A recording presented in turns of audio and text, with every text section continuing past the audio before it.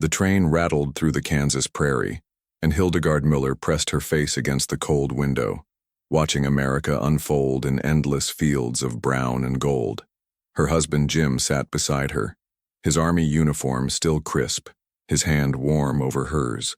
She barely spoke English, but his smile had promised her everything would be fine.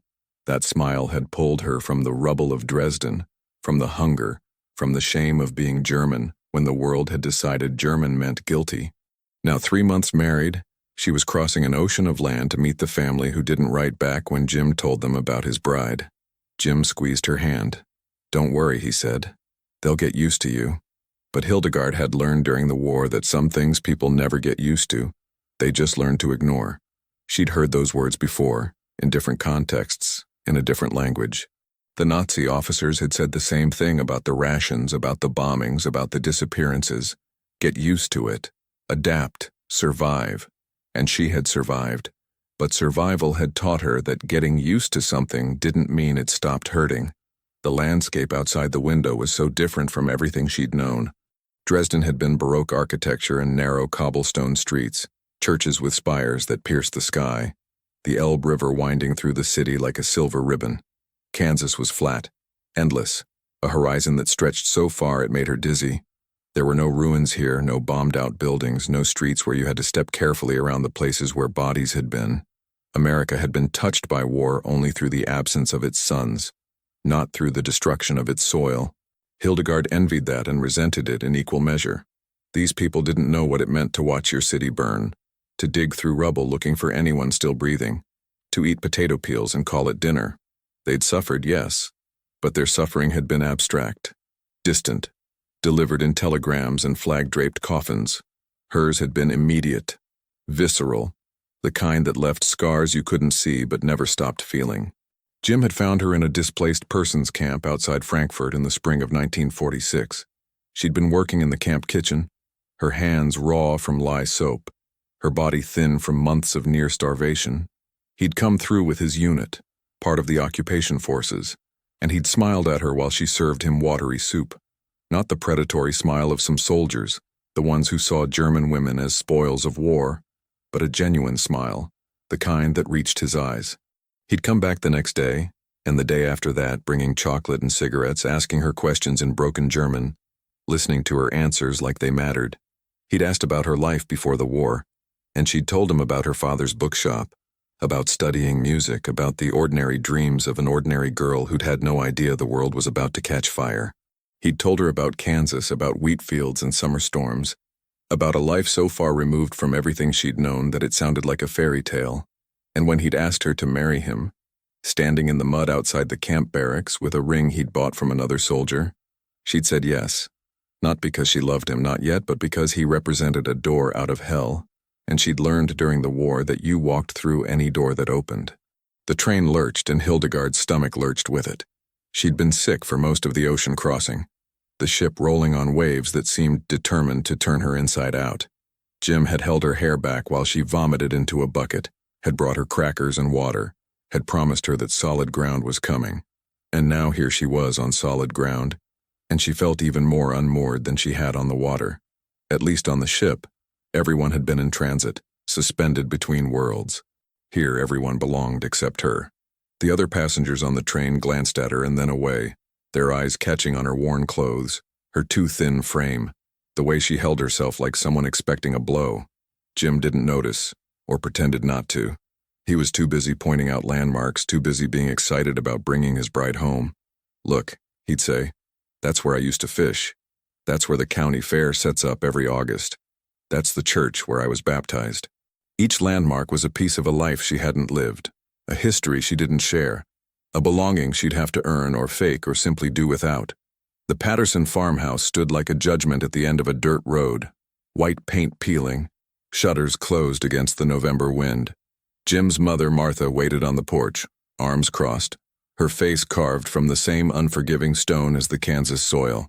Beside her stood Dorothy, Jim's younger sister, eyes wide with curiosity. Jim lifted Hildegard's single suitcase, everything she owned in the world, and walked toward the house. Hildegard followed, her worn shoes crunching on gravel. Martha's eyes moved over her like an inspection.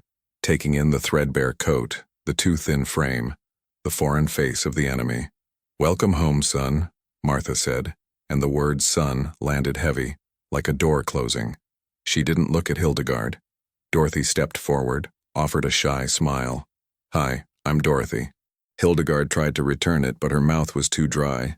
"Guten Tag," she whispered, then caught herself. "I mean hello." Martha turned and walked inside without another word. Jim's face tightened, but he said nothing. He picked up the suitcase and gestured for Hildegard to follow. "This is home," he said, and Hildegard wondered if he was trying to convince her or himself. The inside of the house was dark and cramped, smelling of old wood and boiled vegetables. A parlor with a sagging couch, a kitchen with a cast-iron stove, a narrow staircase leading up to bedrooms that creaked with every step. Photographs lined the walls, black and white images of stern-faced ancestors and smiling children. Hildegard's eyes caught on one photo in particular, a young man in an army uniform, his face so similar to Jim's that it could have been his twin. "That's Thomas," Dorothy said quietly, following Hildegard's gaze. "He died at Normandy, June 6, 1944. He was 24. Hildegard felt the weight of that information settle on her shoulders like a stone. She wanted to say she was sorry, wanted to explain that she'd lost people too, that grief wasn't a competition, that they were all casualties of the same terrible machinery. But her English wasn't good enough, and even if it had been, she didn't think Martha would want to hear it. In Martha's eyes, Hildegard could see the math being done. One son dead fighting Germans, one son alive and married to one. The equation didn't balance, and Hildegard was the remainder that didn't fit. Jim carried her suitcase upstairs to his childhood bedroom, a small space with a single window overlooking the fields. The bed was narrow, the walls bare except for a faded pennant from his high school. "This was my room growing up," he said, setting the suitcase down. "I know it's not much, but we'll make it work. We'll get our own place eventually once I've saved up enough." Hildegard nodded, not trusting herself to speak. She'd left behind a city of ruins, a camp full of displaced souls, a continent drowning in the aftermath of war, and she'd arrived here, in this small room in the middle of nowhere, with a husband she barely knew and a family that wished she didn't exist. Jim pulled her into his arms and she let herself be held, let herself pretend for a moment that his warmth was enough to thaw the cold knot of fear in her chest. "It's going to be okay," he whispered into her hair. "I promise." But Hildegard had learned during the war that promises were just words, and words burned as easily as everything else. Dinner that first night was potatoes, bread, and silence. Hildegard sat across from Martha, who served everyone except her, sliding the bowl to Jim so he could serve his wife himself. The message was clear. You're not family. You're his mistake. Jim tried to fill the quiet with stories about the crossing, about New York Harbor, about how Hildegard had never seen a building so tall. Martha cut her meat with surgical precision, each knife stroke a small violence. Dorothy listened, glancing between her mother and the strange woman who'd arrived with her brother. "Pastor Whitmore is expecting us Sunday," Martha finally said. "The whole town wants to see Jim home safe." Her eyes flicked to Hildegard. "I suppose they'll want to see her too." Jim's jaw tightened. "Her name is Hildegard, Ma." "Hilda." Martha took a long drink of water. "I know what her name is." The silence that followed was worse than the words. Hildegard pushed food around her plate, her appetite gone. She'd survived on less during the war, had eaten things that would make these people sick just thinking about them, but at least then she'd been surrounded by people who understood. Here, she was alone in a room full of people, and the loneliness was a physical ache. After dinner, Martha stood and began clearing the table, her movements sharp and efficient. Hildegard moved to help, reaching for a plate, and Martha's hand shot out, stopping her. "We have a way of doing things here," Martha said, her voice flat. "You'll learn." It wasn't an offer of instruction. It was a warning. Hildegard pulled her hand back as if she'd been burned. Jim opened his mouth to protest, but Martha silenced him with a look. Dorothy gathered plates in awkward silence, her eyes darting between her mother and Hildegard with something like pity. Hildegard excused herself and climbed the stairs to Jim's room, each step heavier than the last. She sat on the edge of the narrow bed and stared at her hands, at the calluses from years of hard work, at the ring Jim had given her that was too loose and kept spinning around her finger. She thought about her mother, about the last time she'd seen her alive, running toward their apartment building as the bombs fell. She thought about her father, who'd died of pneumonia in the winter of 1944 because there was no medicine and no heat. She thought about her younger brother, who'd been conscripted at 16 and never came home. She'd survived all of that, had clawed her way through the rubble and the hunger and the shame. And for what? To sit in a stranger's house and be treated like a war criminal. That night, Hildegard lay beside Jim in the narrow bed of his childhood room, staring at the ceiling. Through the thin walls, she could hear Martha moving in the kitchen below, the clatter of dishes washed with angry hands. Jim was already asleep, exhausted from travel, from the tension, from pretending everything was fine. Hildegard's mind drifted back to Dresden, to the night the sky turned to fire, to her mother's voice calling her name through the smoke. February 13th, 1945. She'd been in the cellar of their apartment building when the first wave of bombers came. The sound had been like the end of the world, a roar that drowned out thought, that turned air into pressure and pressure into pain. When she'd finally climbed out of the cellar, the city was gone. Just gone. Replaced by a landscape of fire and rubble and bodies.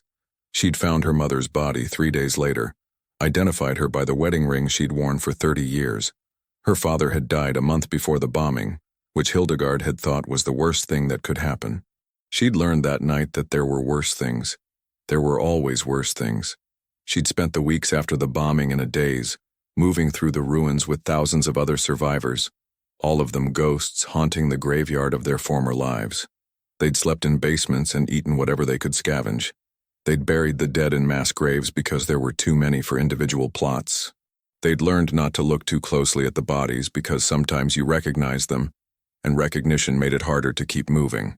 When the Russians came, Hildegard had hidden with a group of women in a bombed-out church, all of them terrified of the stories they'd heard about what Russian soldiers did to German women. Some of the stories turned out to be true. Some of the women in that church didn't survive the liberation. Hildegard had survived by making herself invisible, by staying in the shadows, by never making eye contact.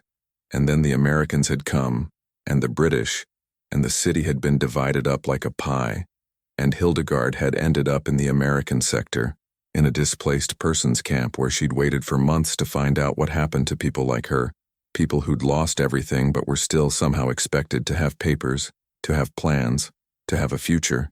Jim had been her future. Jim with his easy smile and his simple dreams and his promise of a life far away from the ruins. She hadn't loved him when she'd married him, but she'd been grateful, and she'd thought maybe gratitude could turn into love given enough time. Now, lying in his childhood bed while his mother hated her through the floorboards, she wondered if she'd made a terrible mistake. But there was no going back. Her city was ash. Her family was dead. Her country was occupied and divided and drowning in guilt. America was supposed to be the fresh start, the place where she could rebuild. But nobody had told her that fresh starts required permission, and permission was something she'd have to earn one painful day at a time. Sunday came with church bells and stairs. The congregation of Bethel Lutheran filled the pews in their best clothes, and when Jim walked in with Hildegard on his arm, the hymn singing faltered. Whispers moved like wind through wheat. That's her. That's the German girl. Can you believe it? After everything, Hildegard kept her eyes down, focusing on the worn hymnal in her hands, trying to make herself small. Jim's hand was firm on her elbow, guiding her to the pew where Martha and Dorothy already sat. Martha didn't slide over to make room, so Hildegard had to squeeze past her, feeling the stiffness in Martha's body. The way she held herself like touching Hildegard might contaminate her. Pastor Whitmore stood at the pulpit, his face arranged in practiced kindness. "Welcome home, Sergeant Patterson," he announced, his voice carrying through the small church. "We thank God for your safe return and for his protection over our boys who served." His eyes moved to Hildegard and his smile thinned. "And we welcome all who seek redemption in Christ, for God's mercy extends even to those who have walked in darkness." The word redemption hung in the air like an accusation, and Hildegard felt every eye in the church turn toward her. She wanted to stand and scream that she'd done nothing wrong, that being born German wasn't a sin, that she'd been a victim of the war just like them, but she only sat, hands folded, head down, trying to survive this new kind of bombing. the kind made of words and stares instead of fire and explosives. The sermon was about forgiveness, about turning the other cheek, about loving your enemies. Pastor Whitmore spoke in grand terms about Christian charity and the importance of rising above hatred.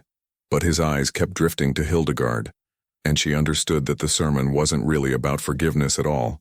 It was about tolerance, about grudging acceptance, about doing the bare minimum that Christian decency required, while still making it clear that some people would always be outsiders.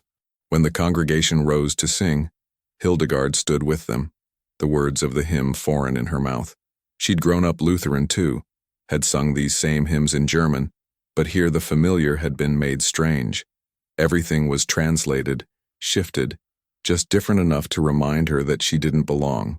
Beside her, Jim sang in a strong baritone, oblivious to the stares, to the whispers, to the way his mother's shoulders were rigid with disapproval. He'd told her it would be fine, that people would get used to her, and she realized with a sinking feeling that he genuinely believed it. He thought love was enough. He thought good intentions could smooth over the fact that he'd brought home a living reminder of everything this town wanted to forget. After the service, the church ladies gathered around Martha with casseroles and sympathy. "Poor Martha," they murmured, loud enough for Hildegard to hear. "After everything she's been through, losing Thomas at Normandy, and now this. Such a trial." Martha accepted their condolences with tight-lipped grace, playing the role of the martyred mother with practiced ease. The men clapped Jim on the back, asked him about his service, carefully avoided looking at his wife. Dorothy stood beside Hildegard near the door, the only person who'd spoken to her all morning. "They're not all bad," Dorothy whispered, her voice apologetic. "They're just scared."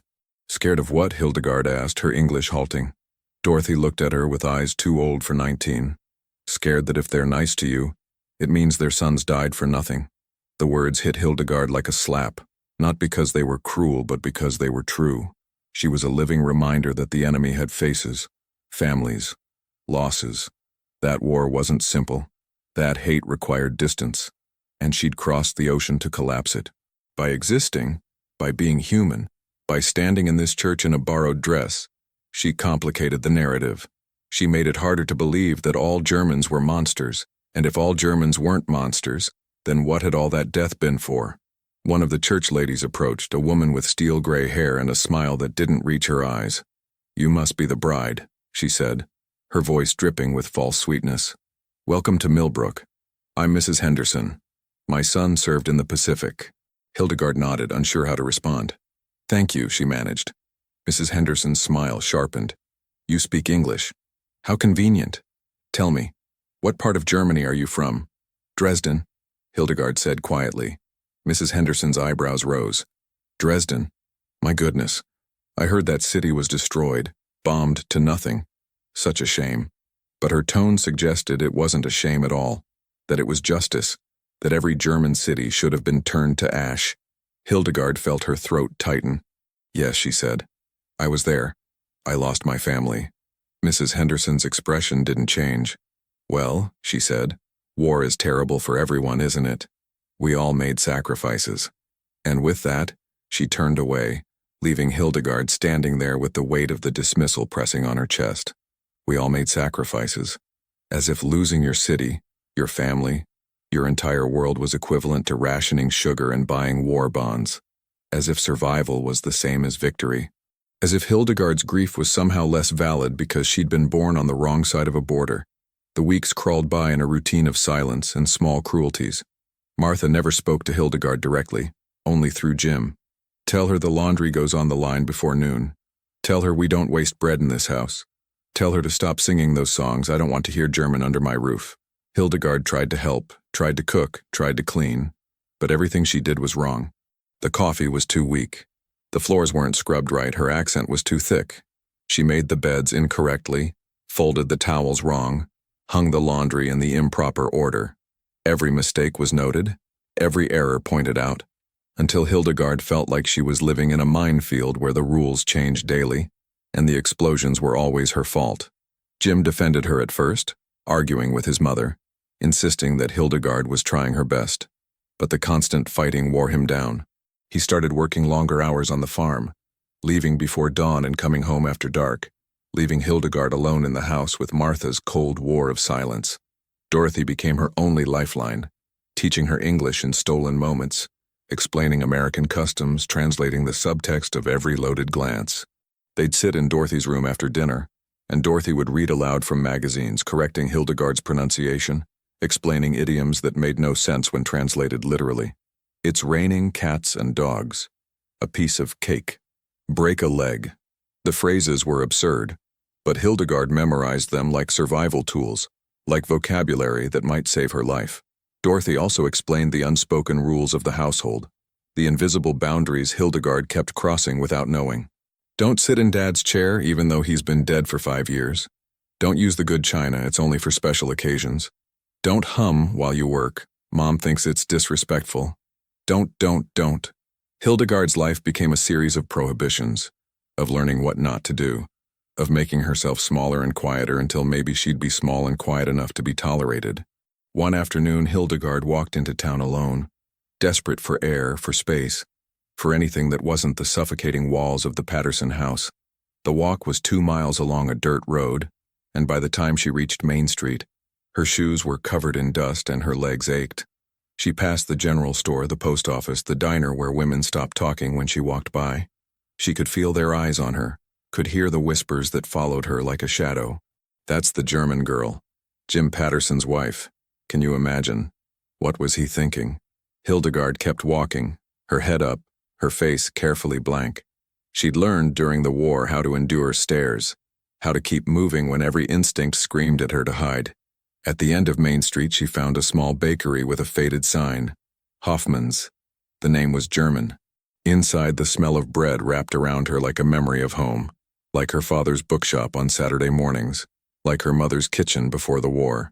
An older woman stood behind the counter, flour dusting her hands, her face lined with years and wisdom. She looked at Hildegard and knew immediately. "You're the war bride," she said, her English flawless but her vowels still holding the shape of another language. Hildegard nodded, suddenly close to tears. "I'm Eleanor Hoffman. I came here in 1923. Sit, I'll make you coffee." Eleanor poured 2 cups and sat across from Hildegard in the empty bakery. The coffee was strong and bitter, nothing like the watery substitute Hildegard had drunk during the war, and she wrapped her hands around the cup like it was a lifeline. "You're wondering if it gets easier," Eleanor said. "It does, but not the way you hope." Hildegard's eyes filled with tears she'd been holding for weeks. "They hate me," she whispered. Eleanor shook her head. "They hate what you represent. There's a difference. I learned that the hard way. After the First War, after the Treaty of Versailles, being German in America became dangerous. People threw rocks through my windows. They refused to buy my bread. They called me a Hun, a Kraut, told me to go back where I came from." Her voice carried no bitterness, only exhaustion. "So I changed. I stopped speaking German, even to myself. I changed my recipes to be more American. I smiled until my face hurt. I made myself so small, so quiet, so useful that eventually they forgot I was the enemy. Is that what I have to do?" Hildegard whispered. Eleanor reached across the table and squeezed her hand. "Only if you want to survive. But surviving isn't the same as living. You'll have to decide which one matters more."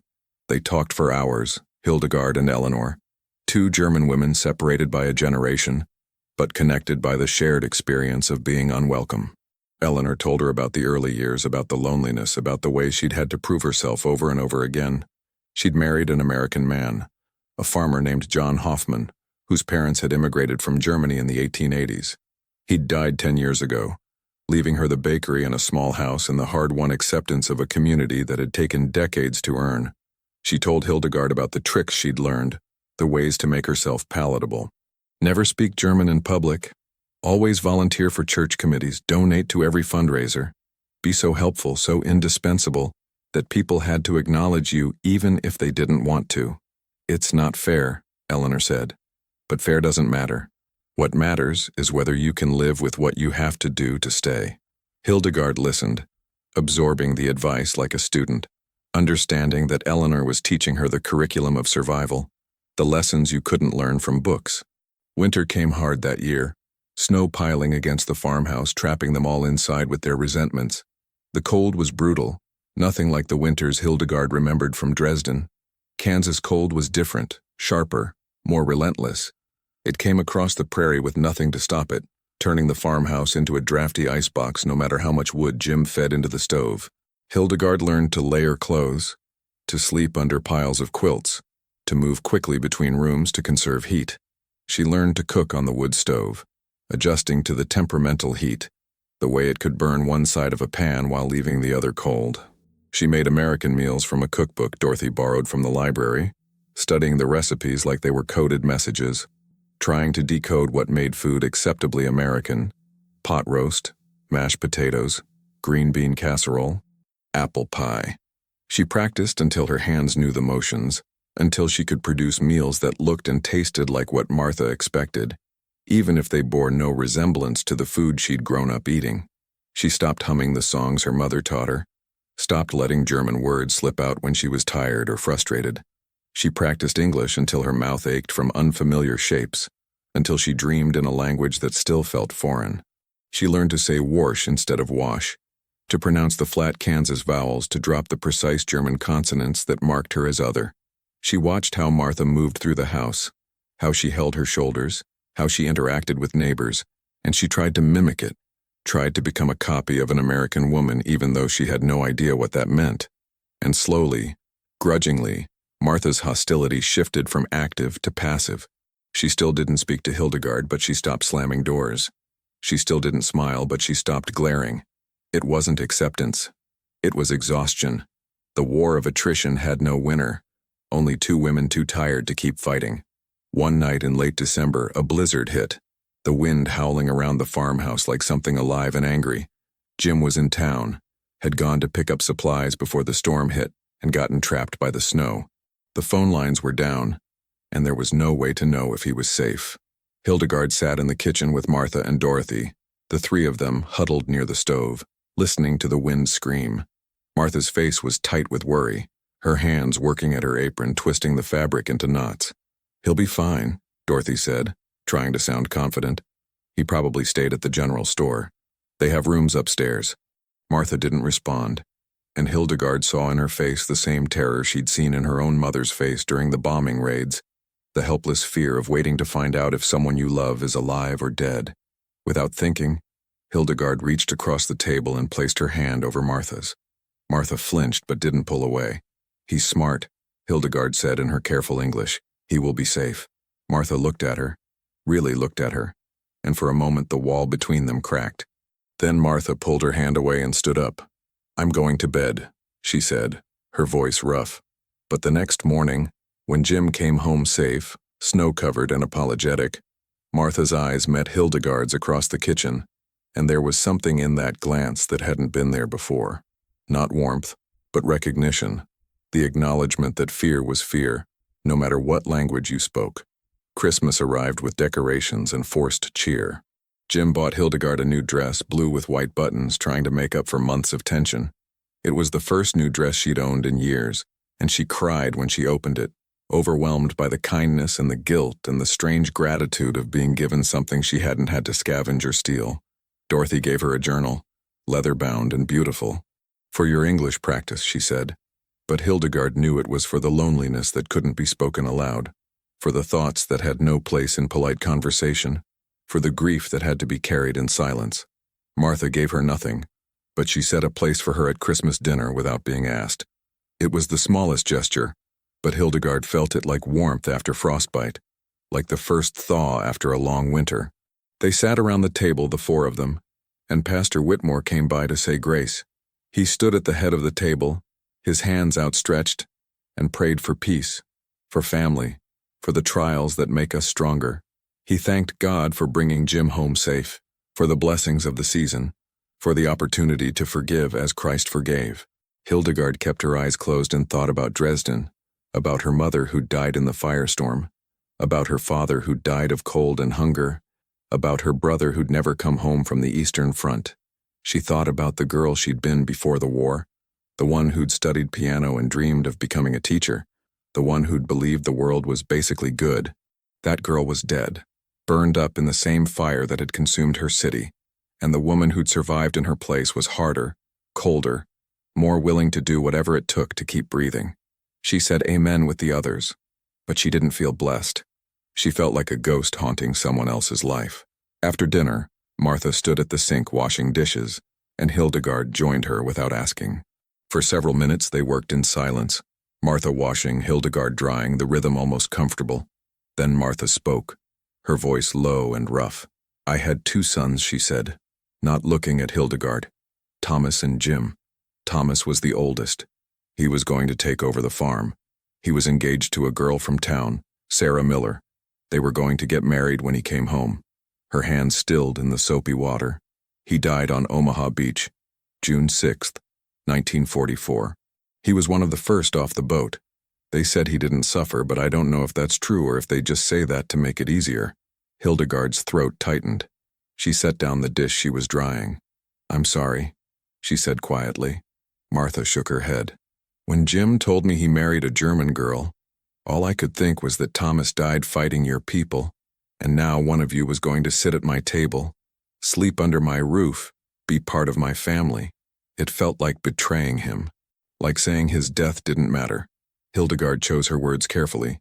Each one weighted with the knowledge that this conversation could go very wrong, very quickly. "I lost my mother in Dresden," she said. "February 13th, 1945. The Allies bombed the city. Firebombs. The whole city burned. I found her body 3 days later." She paused, swallowing hard. "I lost my father to pneumonia because there was no medicine. I lost my brother on the Eastern Front. I don't know where he died or how. I just know he never came home. I didn't start the war. I didn't vote for Hitler. I was 17 when it started. I just tried not to die." Martha was silent for a long moment, her hands still in the water. "We all lost," she finally said, her voice barely audible. "Somebody should have told us that before we started keeping score." She pulled her hands out of the water and dried them on her apron. Then she looked at Hildegard, and her eyes were wet. "I can't promise I'll ever like you," she said. "But I'll try to stop hating you. It's not much, but it's all I have right now." Hildegard nodded, understanding that this was as close to acceptance as she was going to get, that Martha was offering a truce, not a friendship, and that she should take it and be grateful. Spring brought thaw, both in the ground and in the house. The snow melted, turning the roads to mud, and the fields began to show hints of green. Martha still wasn't warm, but she was no longer frozen. She taught Hildegard to make pie crust, her hands guiding Hildegard's through the motions, showing her how to work the dough without overhandling it. She corrected Hildegard's English without cruelty, patiently repeating words until Hildegard's pronunciation improved. She stopped introducing her as Jim's wife and started using her name. "Hildegard, this is Mrs. Johnson from church. Hildegard, would you pass the salt?" Small things, but they mattered. They were the building blocks of belonging, the tiny acknowledgments that added up to something like acceptance. The town took longer. The stares continued. The whispers persisted. But Hildegard learned to walk through them with her head up, learned that she didn't need their approval to exist. She volunteered at the church, not because Pastor Whitmore welcomed her, but because the work needed doing. She helped organize the Easter service, arranged flowers, cleaned pews, did the invisible labor that kept the church running. She helped Eleanor at the bakery on weekends, learning recipes, learning business, learning how immigrant women built lives from flour and stubborn hope. Eleanor taught her more than baking. She taught her the art of strategic visibility, of being present enough to be useful, but not so present that you became a target. She taught her when to speak and when to stay silent, when to push back and when to bend. She taught her that assimilation was a performance, and like any performance, it required practice, timing, and the willingness to play a role, even when it chafed. 1 year after her arrival, Hildegard stood in the garden behind the farmhouse planting seeds in neat rows. The soil was rich and black, nothing like the ash-covered rubble of Dresden, and she pressed each seed into the earth with something like hope. Dorothy sat on the porch steps watching her, a book open in her lap. "You're different now," Dorothy said. "Stronger, maybe." Hildegard sat back on her heels, wiping sweat from her forehead. "I think I was always strong," she said. "I just didn't know if I was allowed to be. In Germany, I had to be strong to survive the bombs, the hunger, the occupation. Here I had to be strong to survive the silence, the stares, the feeling that I was always on trial. It's a different kind of strength, but it's still strength. Dorothy nodded thoughtfully. Mom's different too, she said. She smiles more. Not at you, not yet, but more than she did. I think maybe you reminded her that other people suffered too, that she wasn't the only one with grief. Hildegard didn't respond, just turned back to her planting, but she understood what Dorothy meant. Grief was isolating. It made you feel like you were the only person in the world who'd ever lost anything. But when you encountered someone else's grief, when you recognized it as real and valid and just as painful as your own, it broke down the walls.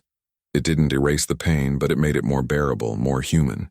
Jim came around the corner of the house, saw his wife in the garden, dirt on her hands, sun on her face, and something in his chest loosened. He'd spent a year watching her shrink, watching her struggle, telling himself it would get better while doing nothing to make it better.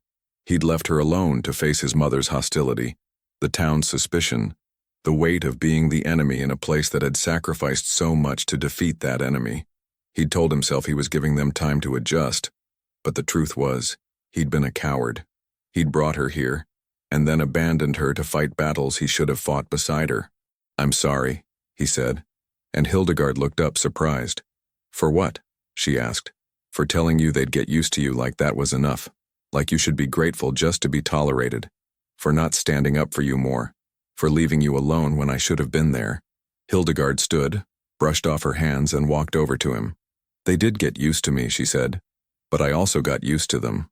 I learned how to survive here, just like I learned how to survive Dresden. I'm not the same person who got off that train a year ago. I'm harder now. More American, maybe. Or at least more American enough." Jim pulled her into his arms. "I don't want you to have to be hard," he said. Hildegard rested her head against his chest, listening to his heartbeat. "We don't always get to choose what we have to be," she said. "We just have to be it, and hope it's enough." That summer, Hildegard became pregnant, and the news shifted something fundamental in Martha. A grandchild, a new generation, a chance to build something instead of just mourning what was lost. She softened in ways Hildegard hadn't thought possible, offering advice, sharing stories about her own pregnancies, preparing the small room upstairs that had belonged to Thomas. She brought down a cradle that had been in the family for generations, polished the wood until it gleamed, sewed tiny quilts and blankets. The town softened too, slowly, the way ice melts from the edges. A baby made Hildegard human in a way that marriage hadn't. She wasn't just the German war bride anymore. She was a mother-to-be, a neighbor, a woman building a life from the same struggles they all faced. The church ladies brought her casseroles and baby clothes, offered advice about morning sickness and swollen ankles. Mrs. Henderson, who'd been so cold that first Sunday, stopped by with a basket of hand-knitted booties. "My grandmother made these for my son," she said, her voice gruff. "Figured you could use them." It wasn't an apology, but it was something. Eleanor told her one afternoon in the bakery, while Hildegard kneaded dough with practiced hands, that forgiveness wasn't something you received. It was something you took by refusing to disappear. "You didn't wait for permission to exist," Eleanor said. "You just existed, loudly and persistently, until people had no choice but to acknowledge you. You made yourself part of the fabric of this place, wove yourself in so tightly that they couldn't pull you out without unraveling the whole thing.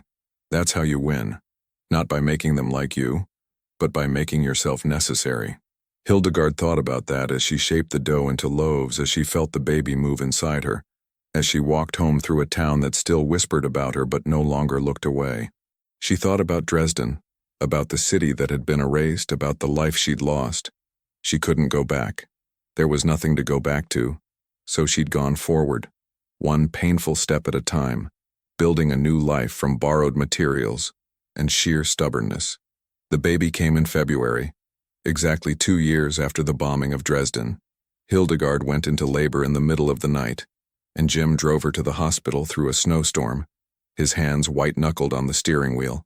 Martha and Dorothy followed in a second car, and they all waited together in the hospital hallway while Hildegard labored for 18 hours. When the baby finally came, a girl with Jim's eyes and Hildegard's determination, the nurse brought her out wrapped in a pink blanket. "It's a girl," she announced, and Martha's face crumpled.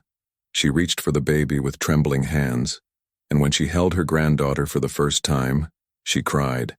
Not the quiet, restrained tears she'd shed at Thomas's funeral, but great heaving sobs that shook her whole body. Tears for everything lost and everything found, for the son who'd never hold his own children, for the daughter-in-law she'd tried so hard to hate, for the grandchild who represented hope in a world that had felt hopeless for so long. They named her Anna, a name that worked in both languages, a bridge between worlds. Hildegard held her daughter and marveled at the tiny, perfect fingers, the rosebud mouth, the way she fit so perfectly in the crook of her arm. This child would grow up American, would never know the taste of hunger or the sound of air raid sirens. She'd never have to dig through rubble or identify bodies or learn which streets were safe and which were mined. She'd grow up in this small Kansas town with its small-minded prejudices and its slow-won acceptance, and she'd belong in a way Hildegard never would. And that was enough. That was everything. Hildegard had survived the fire, the ocean, the cold welcome, the slow thaw. She'd survived by being exactly who she was, by refusing to apologize for existing, by planting seeds in foreign soil and waiting for them to grow. Jim sat beside her hospital bed, holding her hand, and she thought about that first night on the train, when he'd promised her that people would get used to her. He'd been right, but not in the way he'd meant. They hadn't accepted her because she'd made herself acceptable. They'd accepted her because she'd simply refused to leave, refused to disappear, refused to be anything other than herself. Martha visited every day, bringing food, helping with the baby, slowly building a relationship with Hildegard that was based not on warmth, but on mutual respect. They'd never be close. Not really. But they'd found a way to coexist, to share space and grandchildren, and the quiet understanding that they'd both survived terrible things. Dorothy became Anna's favorite aunt, the one who babysat and told stories and taught her niece to be curious about the world. And Hildegard settled into her life in Kansas, into the rhythm of farm seasons and church socials and PTA meetings. She never forgot Dresden. She kept her mother's wedding ring in a box by her bed, kept a photograph of her family hidden in her journal, kept the German language alive in her head even if she never spoke it aloud. But she also built something new, something that was neither German nor American but some hybrid of both, shaped by loss and resilience, and the stubborn refusal to let the past dictate the future.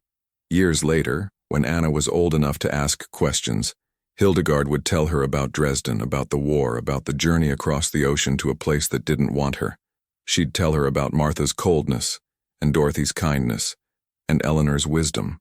She'd tell her that belonging isn't given, it's built, brick by brick, day by day, through the small acts of showing up and refusing to be erased. Anna would grow up speaking both languages, carrying both histories, proof that even the deepest wounds could heal if you gave them time and tended them with care. And when people asked Hildegard if she ever regretted coming to America, she'd think about that first terrible year, about the loneliness and the fear and the shame, and she'd say no. Not because it was easy, but because she'd learned that home isn't where people welcome you, it's where you decide to stay. It's where you plant your garden and raise your children and build your life one stubborn day at a time. The farmhouse still stands at the end of that dirt road, white paint fresh now, shutters open to let in the light. Inside, the walls hold the echoes of two languages, two histories, two women who learned that the opposite of enemy isn't friend. It's just another person trying to survive the same war. Hildegard planted a garden that still blooms every spring, flowers her mother grew in Dresden mixed with wildflowers native to Kansas, roots tangled together in soil that belongs to everyone and no one. She never forgot where she came from, but she stopped apologizing for it. She raised Anna to be proud of both halves of her heritage, to speak German at home and English in town, to understand that identity wasn't something fixed, but something fluid, shaped by circumstances and choices, and the courage to exist in spaces that didn't make room for you. And in the end, that was the only way she could truly arrive, not by erasing herself, but by insisting on her right to be whole. So if you found this story powerful, make sure to subscribe to the channel, hit that like button, and drop a comment below, sharing your thoughts on Hildegard's incredible journey. What would you have done in her place? How do you think we can learn from history to build a more compassionate future? Let's keep this conversation going, because stories like Hildegard's remind us that behind every headline, every statistic, every war, there are human beings just trying to survive and find a place to call home.